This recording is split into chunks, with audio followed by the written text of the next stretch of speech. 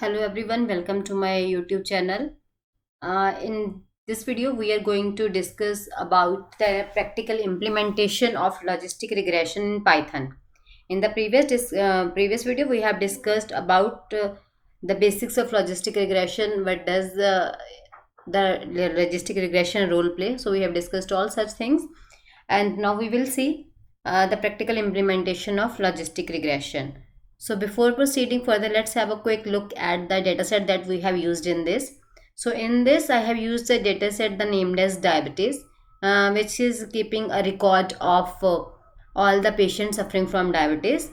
There are attributes, that is pregnancies, which is describing how many cases are there, glucose level, blood pressure level, skin thickness, whether they are taking insulin, BMI level, diabetes percent, total prestige function, age of the patient, and then outcome. Outcome represents whether that patient is suffering from diabetes or not. So based on this level, we are diagnosing whether the patient have diabetes or not.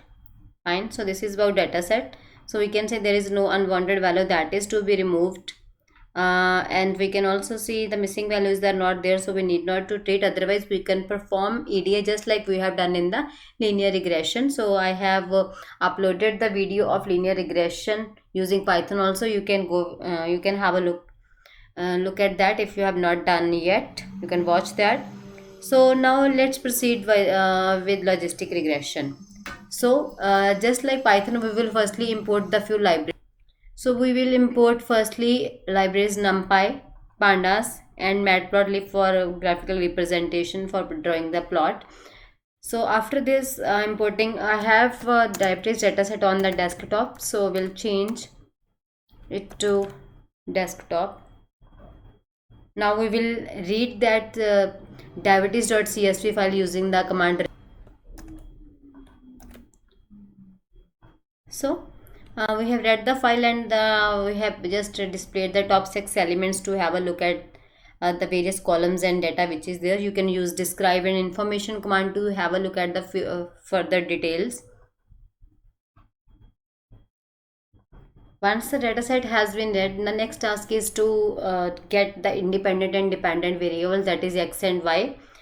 So in x we have used the values which is excluding the very first column, because first is basically we are having, in this case, is the index column. So here we are proceeding column wise. So ilog basically is there to pick the particular columns based on their index location. So this is for index location.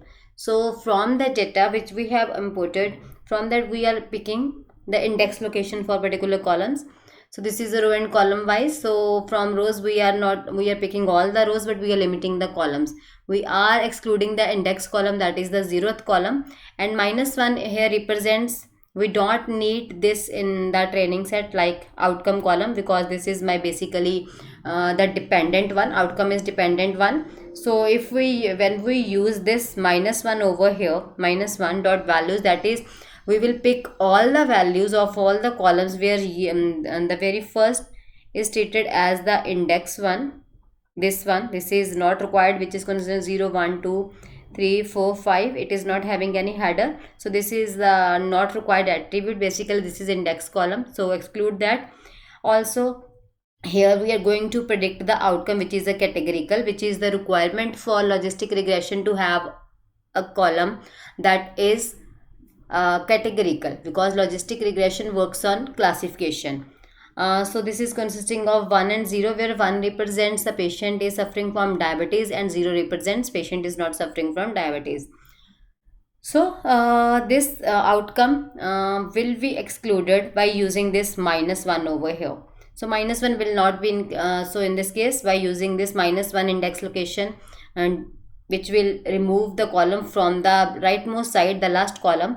So we will receive all other columns in the X. Similarly, in this case again we are we are picking all the only the outcome column in this case, so we will pick that into Y. So let's run this. Once this is done, now we have independent and independent variables. Our next task is to import the necessary libraries. So what libraries we need? We need sklearn. From sklearn we need logistic regression, we need train test split function. So we will import all those functions, and when we will start from with this, so from sklearn model underscore selection we will import the train test split, which is used just like in linear regression to split the data into training and testing. So x test, x train, y test, which will consist of training and testing dataset for dependent and independent variable. We will use this function train test split, where with the test size as 0.30, that is 30% of the dataset as training testing, and the remaining 70% for training part. And random set is set to 4, which means the distribution of the data is not in a contiguous manner. It is just like random factor is 4 to separate the data. So we will run this. Here, when we are talking of these things, we need to understand, when we are talking of data, we always perform pre-processing. So we can have a look at the data set. Some values are uneven values that are not at the same level. So for that we perform feature scaling, where feature scaling is a data processing technique used to transform the data values of features or the variables in a dataset to a similar scale, so bringing that at the same scale. The purpose here is to ensure that all the features will contribute equally to the model and to avoid the any domination in the features, like a larger value should not dominate the smaller value. So that's why we need to perform feature scaling. So this is the code to perform feature scaling. So where feature scaling becomes necessary when we have to deal with the dataset that contains features that have different ranges, or if different units of measurements are there, or their order of magnitude is different. So in that case we need to perform scaling. So in these cases, the variation in the feature values can lead to biased model. So to remove that type of difficulties and performance difficulties, we will perform the scaling. So the min-max scaling can be there. There are standardization and normalization methods are there to perform scaling. Basically, when we perform scaling, the data set in the feature scaling, the dataset features can be transformed to a more consistent scale, which will make it easier to build the accurate model. So when we perform the scaling faculties, we need a standard scalar function, which is available in sklearn scikit-learn library package in pre-processing. So from sklearn.preprocessing, we will import standard scalar.